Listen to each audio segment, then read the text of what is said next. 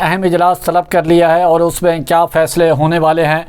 और स्पीकर कौमी असम्बली की जानिब से दूसरा ख़त इलेक्शन कमीशन को लिखा गया है और उसमें क्या हवाले दिए गए हैं और मुतालबा क्या किया गया है स्पीकर कौमी असम्बली की तरफ से इलेक्शन कमीशन से कि वो इलेक्शन कमीशन क्या करे या अभी तक वो क्यों नहीं कर सका, जिसकी वजह से स्पीकर कौमी असम्बली को दूसरा ख़त लिखना पड़ गया है।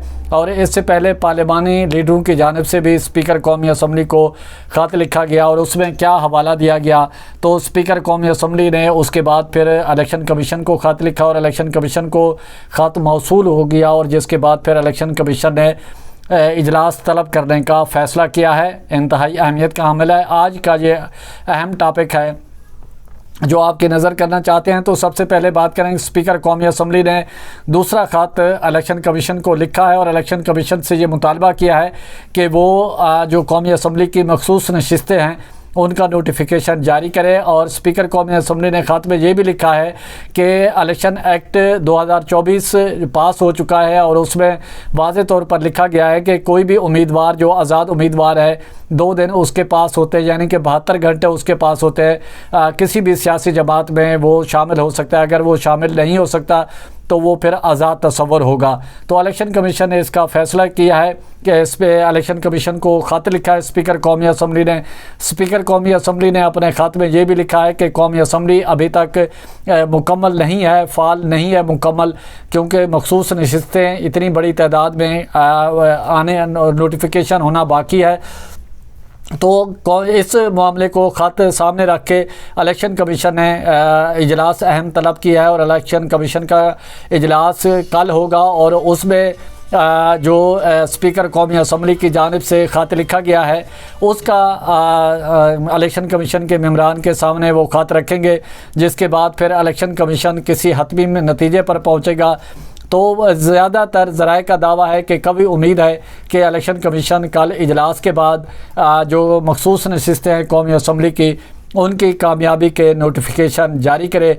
और इस हवाले से अगर कौमी असम्बली की 23 नशिस्तें अगर नोटिफिकेशन जारी होते हैं तो फिर हुकूमत का पलड़ा भारी होता है और हुकूमत को छोटी जमातें यानी कि मौलाना फजलुर रहमान या दीगर कोई जोड़ तोड़ के उसमें चक्कर में नहीं पड़ेगी और हुकूमत के जो फिगर हैं वो पूरे हो जाएंगे। हुकूमत को ये बताते चलें कि आईनी तरमीम मंजूर करने के लिए 224 का फिगर चाहिए, 224 अरकान दरकार है और सेनेट में जो है वो 65 अरकान दरकार है। मौलाना फजलुर रहमान अगर सपोर्ट करेगा तो फिर सेनेट में भी हुकूमत के लिए इजी हो जाएगा।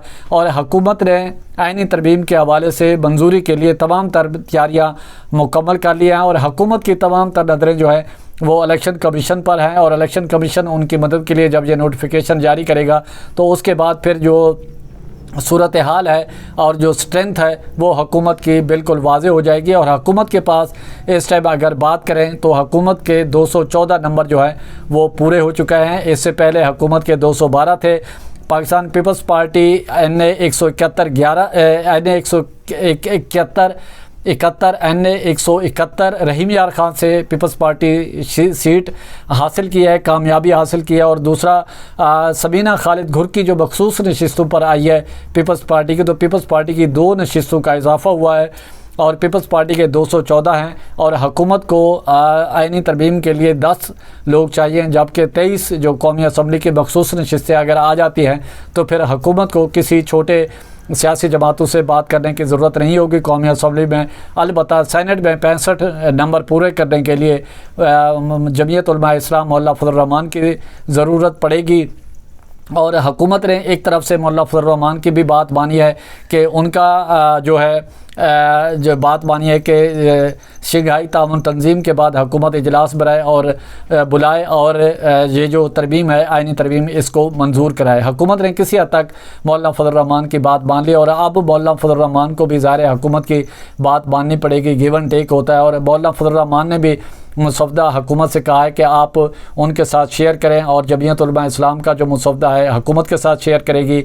और पीपल्स पार्टी इस टाइम मेन ड्राइविंग सीट पे है कि पीपल्स पार्टी की कोशिश है कि जल्द से जल्द आईनी तरमीम मंजूर हो, ताकि फिर आने वाले वक्त में पीपल्स पार्टी का जो पल्ला भारी होगा और आने वाली सियासत में पीपल्स पार्टी का भी जैसे अब अहम किरदार है, इसके बाद मज़ीद किरदार जो है उनका बढ़ जाएगा और उनको मज़ीद जो है ओहदे जो है या ज़िम्मेदारियाँ जो है पीपल्स पार्टी को इसके बाद आईनी तरमीम के बाद मिलेंगी। इसी के साथ प्रचार की टीम को इजाज़त दें। गिरदो नवा का ख़ास ख्याल रखें, लोगों के लिए आसानियाँ पैदा करें।